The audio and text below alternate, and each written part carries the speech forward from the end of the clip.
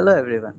Today we will move with our next experiment, that is to study the differentiator circuit using op-amp, in which we will use IC741. For doing this experiment we need apparatus, oscilloscope, IC741, a frequency generator, a capacitor of zero point 0.1 microfarad and another capacitor of value 1 microfarad, and one resistor of 1 kilo ohm, and we need one positive biasing voltage of plus 12 volt and negative biasing voltage of minus 20 volt. So before studying the circuit, let us see the circuit diagram of a differentiator circuit.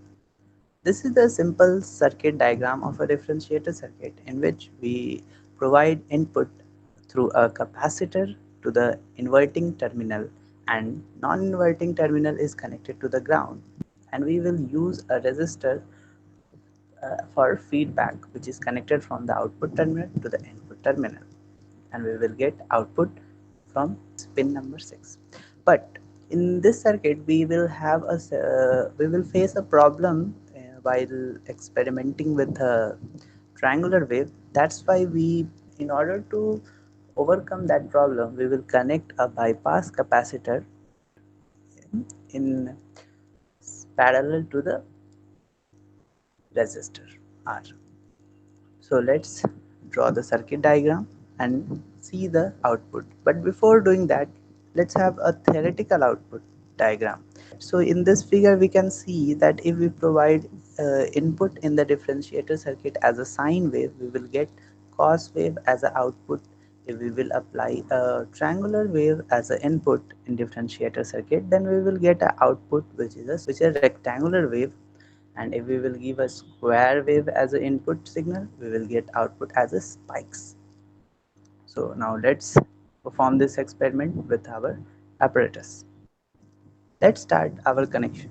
First of all, we will connect positive biasing voltage to the 7th terminal and negative biasing voltage to the 4th terminal of operational amplifier. First of all, we will connect a capacitor to the input voltage, which is connected to terminal number 2, and we will connect terminal 3, that is non-inverting terminal, to the ground. As we know that output is taken from the 6th pin, so we will connect the output of the 6th pin to the second channel of CRO, and negative terminal of the CRO is connected to the ground. Similarly, we will connect a feedback resistor with the terminal 2 and second terminal with at the pin 6. So this is the simple circuit connection. Now we will connect input, that is, for that we will use a function generator. Now we will connect the positive terminal of the function generator to the capacitor, and common signal is grounded. Similarly, the we will ground the second terminal of oscilloscope, and now we will apply input at this point on the channel 1 of the oscilloscope. So this is our simple circuit diagram which we can see.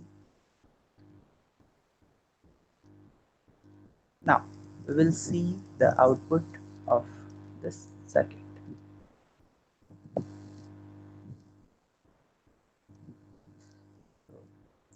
Let us run this simulation. Now for this we will set our frequency to the 10 Hz, or we can set to the 100 Hz also, depending upon the nature, and amplitude of the frequency generator to the 5 volt. And in CRO, let's run the simulation and find out the result. So we can see that wave is forming in the CRO, but we need to make it more clear. So we can shift the input wave, that is the sine wave, at the top, and we will shift the output wave, that is the cos wave, at the bottom.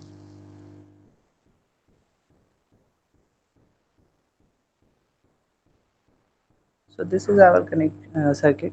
Now let's check for the triangular wave. If we will perform this experiment for the triangular wave, we won't be able to generate the proper output because there is the distortion taking place in the output. So in order to overcome this distortion, we will place a bypass capacitor bit, which is connected parallel to the resistor 1. So let's make this connection. Now we are connecting a bypass capacitor between the resistor R1, terminals of the resistor R1, and now we will check the output for the triangular wave. So now we can see that for triangular wave we can obtain a square wave as an output and which is free from any distortion. So this is the significance of adding this extra capacitor in parallel to resistor R1. Now we will check for the sine wave.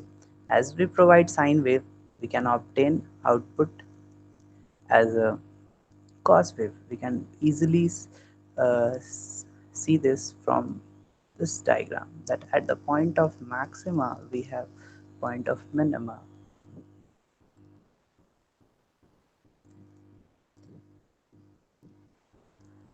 Now for the sine wave, we can see the input waves are the sine wave, which is seen at the top, and the output wave which is generated is a cos wave. We can see that the phase difference of 90 exists between these waves. Now let's check for the triangular wave. If we will provide input as a triangular wave, we will obtain output as a square wave, which is clearly visible in this diagram. So if we study this point, so at the point of minimum we get this point, at the point of maximum the wave goes up. Again at the point of minima this wave goes down, and now this wave again rises at the point of maximum. This is clearly seen that for a triangular input wave we will obtain a square output wave. Now we will see for square wave. If we will give input as a square wave, then we will obtain output which is also which is just a spike. Now if we will give square wave as an input, we will obtain spikes as an output, which is clearly seen from the diagram. So these spikes will go rise and go fall at the edge of the square wave. This is what our differentiator circuit. So thank you.